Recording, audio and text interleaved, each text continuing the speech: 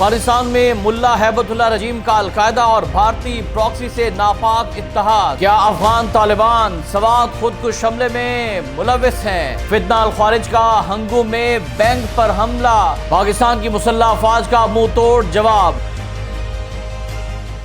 بسم اللہ الرحمن الرحیم۔ السلام علیکم ناظرین، آپ دیکھ رہے ہیں خبرگام اور میں ہوں احتشام الرحمان۔ ناظرین، افغانستان میں قابض دہشت گرد طالبان رجیم کی سرپرستی میں القاعدہ، فتنہ الخوارج سمیت عالمی دہشت گرد تنظیمیں سرگرم ہو گئی ہیں اور قابض طالبان رجیم افغانستان کو عالمی اور علاقائی دہشت گردوں کی آماج گاہ اور گڑھ بنا کر خطے کی سلامتی کو داؤ پر لگا رہی ہے۔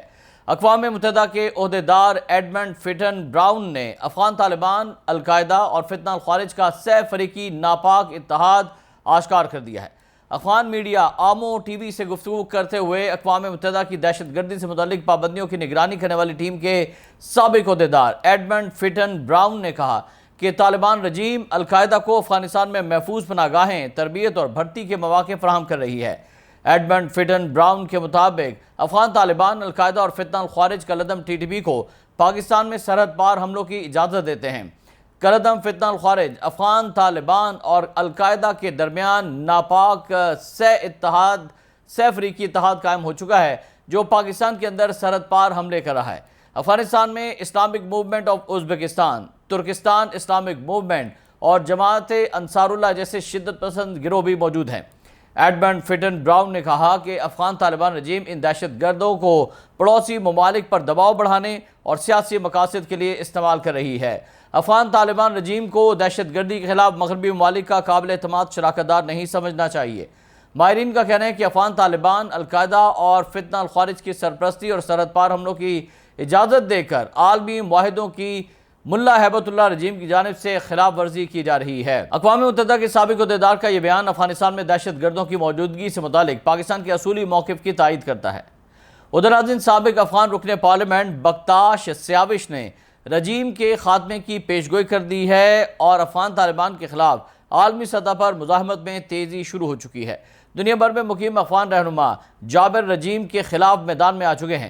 معروف افغان نشریاتی ادارے افغانستان انٹرنیشنل کو دیے گئے خصوصی انٹرویو میں سابق رکن افغان پارلیمنٹ بکتاش سیاوش نے طالبان رجیم پر کڑی تنقید کرتے ہوئے کہا کہ افغانستان پر قابض طالبان کا اسلام سے کوئی تعلق نہیں، یہ صرف اسلام کو بدنام کر رہے ہیں۔ انہوں نے کہا کہ افغان طالبان کا اصل مقصد اسلام کو خواتین، جدید تعلیم، فن اور انسانیت کے خلاف جابر مذہب کے طور پر پیش کرنا ہے۔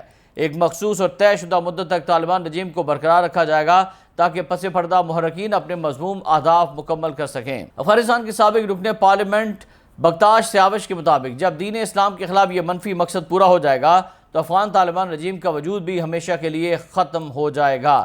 عالمی ماہرین کے مطابق افغان طالبان کی جابرانہ پالیسیوں نے ان کی اصلیت دنیا بھر پر واضح کر دی ہے۔ افغان معاشرہ مزید اس جبر کو تسلیم نہیں کرے گا اور افغانستان میں جاری مسلح مزاحمتی تحریکیں اور ان کی بڑھتی ہوئی کارروائیاں ثابت کر دی ہیں کہ افغانستان کے مظلوم عوام اس جھوٹے اور جابر ملا ہیبت اللہ رجیم کو مسترد کر چکے ہیں۔ ادھر ناظرین، یہ ملا ہیبت اللہ رجیم کا ہی حکم نامہ ہے جس کے تحت کالعدم TTP کی جانب سے پاکستان کو ٹارگٹ کیا جا رہا ہے، خیبر پختونخوا کو ٹارگٹ کیا جا رہا ہے اور سوات کے امن کو ایک بار پھر پارا پارا کرنے کی کوشش کی گئی ہے۔ خودکش دھماکہ کروایا گیا ہے۔ کیا یہ دھماکہ افغان طالبان رجیم یا پھر بھارتی پراکسی کالعدم TTP نے کروایا؟ اس والے سے اہم انکشافات سامنے آئے ہیں اور تازہ ترین اطلاعات کے مطابق ضلع سوات کے علاقے کبل میں پولیس اسٹیشن کے مرکزی گیٹ پر ہونے والے خودکش حملے کا مقدمہ محکمہ انسداد دہشت گردی CTD میں درج کر لیا گیا ہے، جبکہ اسپتال میں مزید 2 زخمی پولیس اہلکاروں کے دم توڑ جانے کے بعد شہداء کی اب تک کی مجموعی تعداد 17 ہو گئی ہے۔ حملے میں زخمی ہونے والے 13 پولیس اہلکار اب بھی اسپتال میں زیر علاج ہیں۔ CTD تھانہ سوات میں درج FIR کے مطابق واقعے کے وقت کبل چوک میں پاسون تنظیم کا احتجاج جاری تھا جو شام 4 بجے شروع ہوا تھا۔ FIR کے متن میں بتایا گیا کہ شام 6:04 پر تھانہ کبل کے مرکزی گیٹ پر زوردار خودکش دھماکہ ہوا جس کے نتیجے میں متعدد پولیس اہلکار اور شہری شہید اور زخمی ہوئے۔ FIR میں شبہ ظاہر کیا گیا ہے کہ یہ حملہ علاقے میں سرگرم کالعدم تحریک طالبان پاکستان TTP کے کمانڈر مظفر اور اس کے دیگر ساتھیوں کی کارروائی معلوم ہوتی ہے۔ پولیس نے دہشت گردی کی دفعات کے تحت مقدمہ درج کر کے تحقیقات کا آغاز کر دیا ہے۔ سوات پولیس کے ترجمان کے مطابق دھماکے میں زخمی ہونے والے سپاہی مکرم خان اور سپاہی حسین خان دوران علاج زخموں کی تاب نہ لاتے ہوئے جام شہادت نوش کر گئے، جس کے بعد خودکش حملے میں شہید ہونے والوں کی مجموعی تعداد 17 ہو گئی ہے۔ ترجمان نے بتایا کہ حملے میں زخمی ہونے والے 13 پولیس اہلکار مختلف اسپتالوں میں زیر علاج ہیں، جہاں انہیں طبی سہولیات فراہم کی جا رہی ہیں۔ ادھر ناظرین، خیبر پختونخوا کے ضلع ہنگو میں نجی بینک پر مسلح افراد کے حملے کے بعد بینک مینیجر اور کیشیئر کو اغوا کر لیا گیا ہے۔ حملہ آور بینک کا ریکارڈ متاثر کرنے کے لیے سی سی ٹی وی کیمروں اور کمپیوٹرز کو بھی نقصان پہنچا کر فرار ہو گئے، جبکہ قانون نافذ کرنے والے اداروں نے علاقے میں سرچ آپریشن شروع کر دیا ہے۔ ذرائع کے مطابق واقعہ ہنگو کے تھانہ ٹل کی حدود میں واقع دلن کے علاقے میں پیش آیا، جہاں نامعلوم مسلح افراد نے نجی بینک پر دھاوا بولا ہے۔ حملہ آوروں نے بینک میں داخل ہونے کے بعد سی سی ٹی وی کیمروں اور کمپیوٹرز کو نقصان پہنچایا۔ بینک مینیجر وسیم آفریدی اور کیشیئر علاؤالدین کو اپنے ساتھ لے گئے ہیں۔ مقامی ذرائع کا بتانا ہے کہ حملہ آور مغویوں کو چھپری ویزران کی جانب لے گئے ہیں۔